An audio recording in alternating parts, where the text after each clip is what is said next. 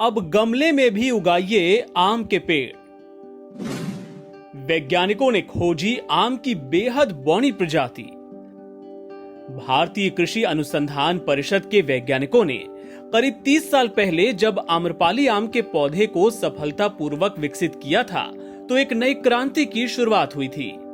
ऐसा इसलिए कि आम्रपाली आम का पेड़ बेहद छोटा होता है और उसमें फल भी हर साल आते हैं। लेकिन आम्रपाली का पेड़ इतना छोटा भी नहीं होता कि उसे गमले में उगा लिया जाए। यही वजह थी कि वैज्ञानिक सालों से आम के ऐसे किस्म की खोज में जुटे थे जिसे गमले में भी उगाया जा सके। कृषि वैज्ञानिकों की ये खोज अरुणिका और अंबिका किस्म के पौधे पर आकर खत्म हुई है, जिसके पेड़ आम्रपाली से आकार में 40% छोटे होते हैं। इसे बड़े गमले में आराम से उगाया जा सकता है। आइए आपको बताते हैं इन बौनी प्रजातियों की पूरी कहानी। कैसे विकसित हुए अरुणिका और अंबिका। ICAR यानी सेंट्रल इंस्टीट्यूट फॉर सब ट्रॉपिकल हॉर्टिकल्चर ने बौनी प्रजातियों के विकास के लिए रिसर्च की। इसी दौरान अरुणिका और अंबिका नाम की हाइब्रिड किस्में विकसित की गईं। आकार में आम्रपाली से 40% छोटे ये बौने पेड़ लाल रंग के फलों के कारण देखने में और भी आकर्षक लगते हैं। आम्रपाली की तरह इनमें भी हर साल फल आते हैं। आम्रपाली ने मां की भूमिका निभाई।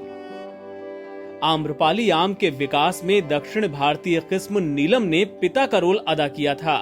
अब अरुणिका और अंबिका किस्म विकसित करने में आम्रपाली ने मां का रोल निभाया है, इसीलिए इनमें बौनेपन का गुण आ पाया।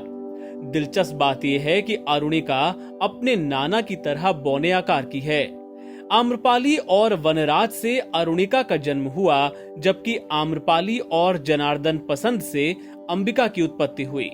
जनार्दन पसंद जहां दक्षिण भारतीय किस्म है, वहीं वनराज गुजरात की प्रसिद्ध वैरायटी है। छोटे पेड़ क्यों माने जाते हैं बेहतर। अंबिका और अरुणिका जैसे पेड़ अपने छोटे आकार के चलते कम जगह घेरेंगे। ऐसे में छोटी जगह पर भी ज्यादा संख्या में पेड़ लगाने से कुछ ही सालों में बहुत अधिक उपज मिलना संभव है। छोटे पौधों से फलों को तोड़ना भी आसान होता है और उनकी देखरेख में भी कम खर्च होता है।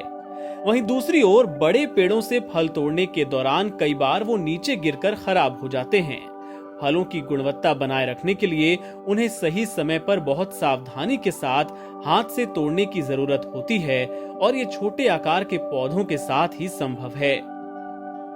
देश में कहीं भी उग सकती हैं ये दोनों किस्में।